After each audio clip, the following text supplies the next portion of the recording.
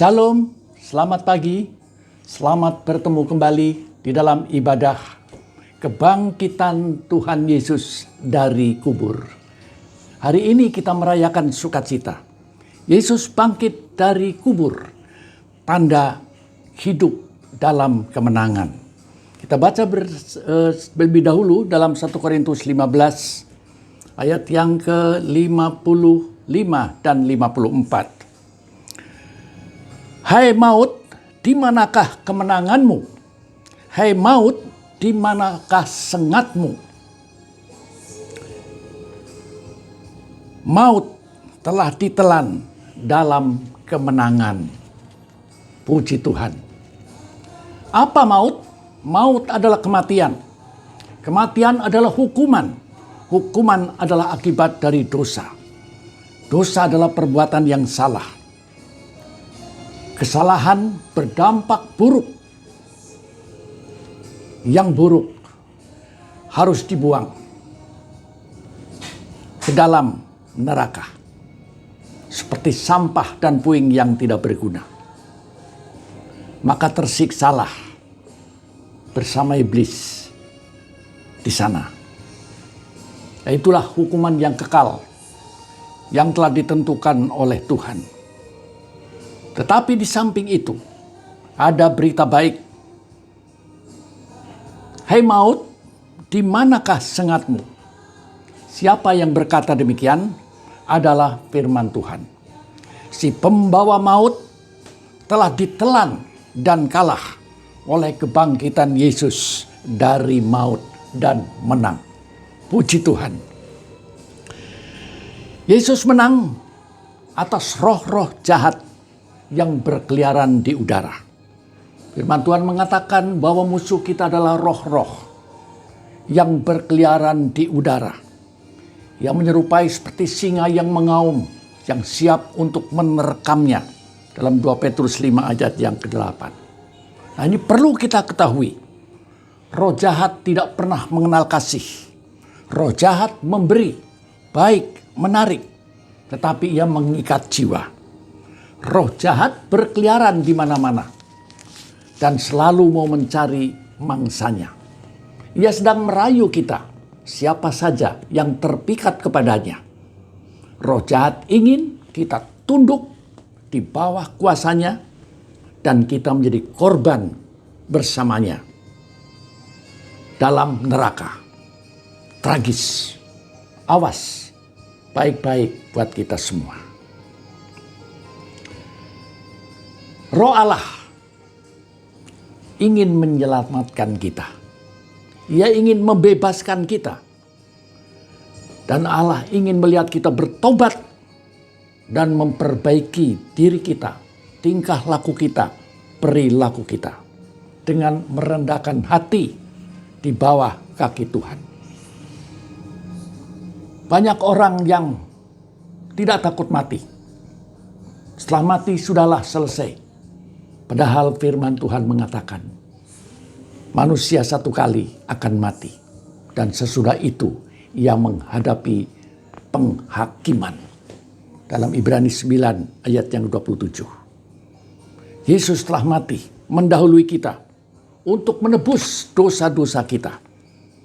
Dan kita yang telah percaya telah dibeli dengan harga yang mahal, dibayar lunas oleh darah Yesus di atas kayu salib. 1 Korintus 6 ayat yang ke-20. Memang Yesus harus mati untuk menebus dosa kita. Tanpa kematian tidak ada penebusan. Dan inilah yang menjadi bukti Yesus mati. Ia mati dan bangkit kembali setelah 3 hari. Dan hidup terus menyertai kita sampai kepada saat ini. Dalam sejarah peradaban manusia, hanya Yesus yang mati dan bangkit dan hidup menyertai kita sampai sekarang.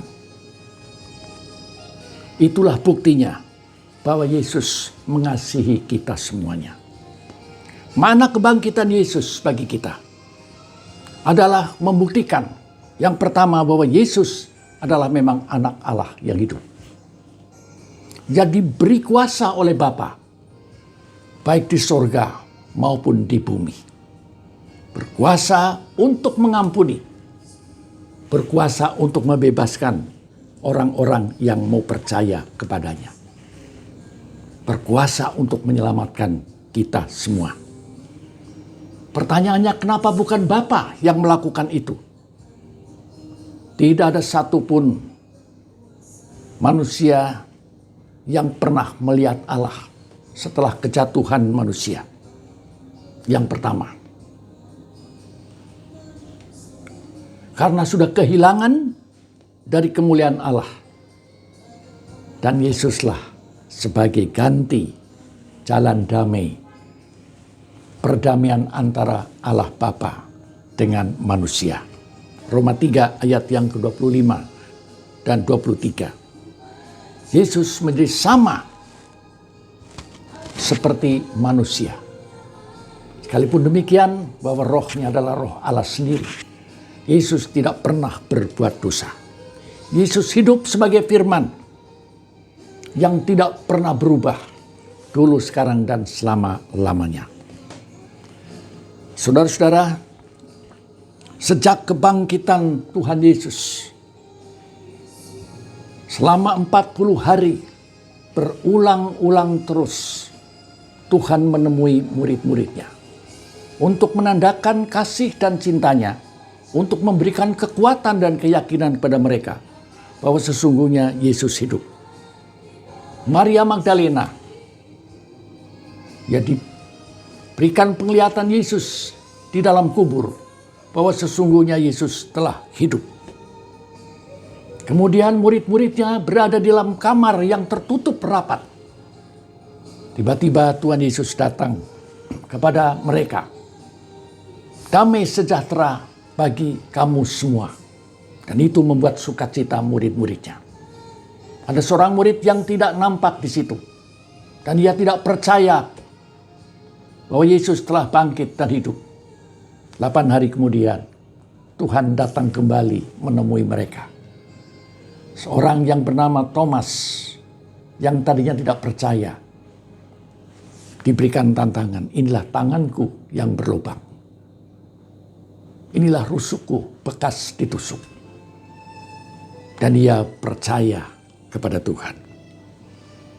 Dan Tuhan Yesus menyertai murid-muridnya yang sedang berjalan ke desa Emmaus, Kleopas dan temannya. Ia menyertai perjalanan mereka. Dalam perjalanan, dalam kesedihan. Karena ia sepertinya tidak ada pegangan. Tuhannya sudah tidak ada. Tapi ternyata setelah mereka makan roti perjamuan bersama Tuhan, mereka celik matanya melihat bahwa orang yang ketiga yang menyertai perjalanan itu adalah Tuhannya. Tetapi seketika Tuhan lenyap dan tidak terlihat kembali. Kemudian juga Tuhan datang terus-menerus ke tepi danau Galilea, di mana murid-muridnya sedang menjala ikan. Di sana ia pernah meminta ikan untuk dimakan. Tetapi di sana juga ia berkata, tebarkan jalamu di sebelah kanan. 153 ekor ikan besar-besar telah mereka jala dan tarik ke darat. Itu tanda bahwa Tuhan menyertai dan ingin memberkati murid-muridnya. Sampai saat yang terakhir, dia mengatakan, jangan tinggalkan Yerusalem, karena ada pesan yang akan aku berikan kepadamu. Benar saudara-saudara, di saat itu Tuhan Yesus telah berbicara. Ia naik ke angkasa dan tertutup awan-awan. Ia naik ke dalam surga. Saudara-saudara, dalam kesempatan ini, mari kita percaya Yesus. Tetap teguh sebagai Tuhan dan Juru Selamatnya. Ia hidup, ia ada di tengah-tengah kita. Di tengah-tengah kesulitan kita, kesusahan kita, penderitaan kita. Dan ia tidak pernah meninggalkannya. Dunia ini panggung sandiwara, kata seorang penyanyi. Memang dunia ini nampak indah, nampak hebat dan gagah. Gedung menjulang tinggi, megah, lampu-lampu bergemerlapan, seolah-olah menyaingi bintang-bintang yang bertebaran di langit.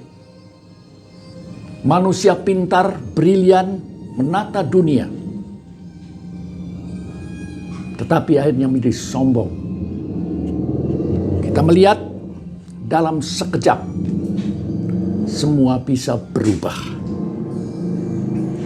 Gempa terjadi, gunung meletus, banjir bandang menyapu warga, dibawa ke dalam samudera. Semua runtuh menjadi puing-puing dan sampah yang dibawa oleh air. Belum lagi berita terakhir, mewabahnya virus corona yang menjangkau 218 lebih negara di dunia. Itu adalah tanda bahwa manusia tidak mempunyai kekuatan apa-apa. Kita melihat ribuan orang ditelan oleh maut, menyisakan tangis dan penderitaan. Semua tidak kekal. Kepada kita semua, kita renung dan kita percaya, ayo kita bangkit dengan semangat. Tuhan hidup menyertai kita. Ayo bangun iman kita dengan semakin kokoh. Tuhan berada bersama dengan kita. Ayo percaya Yesus, Juru Selamat kita. Karena Ia selalu ada di tengah-tengah kita. Bersama Yesus kita hidup, bersama Yesus kita mati, dan Tuhan Yesus memberkati. Amin. Selamat Paskah. Selamat Paskah. Jangan menyerah, Tuhan beserta kita. Amin. Kita berdoa. Terima kasih Bapa buat firman-Mu yang kami dengar secara singkat. Tapi kami bersama dengan Tuhan, kami bersyukur. Kebangkitan dari kematian adalah menandakan bahwa Tuhan Maha Kuasa. Ia hidup dan ingin menyertai kita semua. Kuatkan kami, teguhkan kami, semangati kami, percaya kami, agar kami boleh tetap tinggal di dalam Tuhan, apapun yang terjadi. Karena hidup kami adalah milik-Mu. Hidup adalah Kristus, dan mati adalah keuntungan. Dan kami tidak takut, karena kami akan hadapi semua dengan percaya kepada-Mu. Berkati kami semua, berkati negara kami, berkati usaha-usaha kami untuk melawan wabah virus corona. Supaya kami menang, dan kami percaya Engkau campur tangan. Dalam nama Yesus kami berdoa. Amin.